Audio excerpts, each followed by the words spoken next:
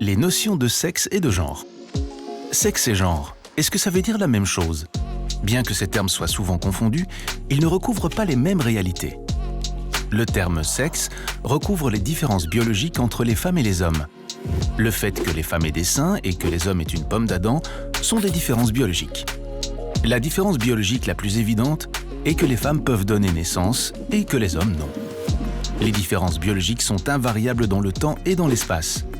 Quelle que soit l'époque ou le lieu, seules les femmes peuvent tomber enceintes. Cependant, ces différences biologiques ont conduit à des constructions sociales autour de ce qu'implique être une femme ou un homme dans une société donnée.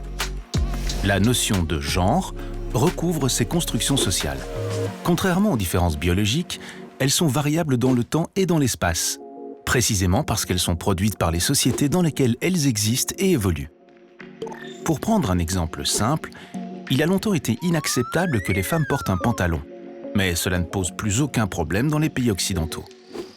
On observe aussi que les normes relatives à la façon dont les hommes et les femmes s'habillent varient très fort d'un pays ou d'une société à l'autre. Attention, la dichotomie entre masculin et féminin n'est pas absolue. Certaines variations peuvent exister sur le plan biologique, et il existe une variété d'identités de genre sur le plan sociologique.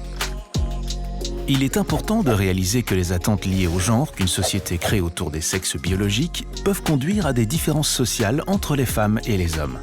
Par exemple, les femmes ont souvent été associées à la sphère privée et les hommes davantage à la sphère publique. Les femmes étaient censées s'occuper du ménage et de la famille, tandis que les hommes devaient avoir un revenu pour subvenir aux besoins de leur famille ou assumer des responsabilités politiques. Cette répartition traditionnelle des rôles et des statuts s'accompagnait souvent d'une valorisation et d'une hiérarchisation à l'avantage du masculin. Bien que cette hiérarchisation ait tendance à progressivement s'atténuer, certaines différences entre hommes et femmes en termes de rôle et de statut en découlent encore. Par exemple, le taux d'emploi des femmes reste inférieur à celui des hommes, et les hommes assument toujours moins de tâches de soins. Les femmes restent également sous-représentées aux postes de décision politique ou économique. Vous êtes curieux de savoir comment les différences de sexe et de genre peuvent être prises en compte lors de la conception des politiques publiques? Regardez notre vidéo relative au gender mainstreaming.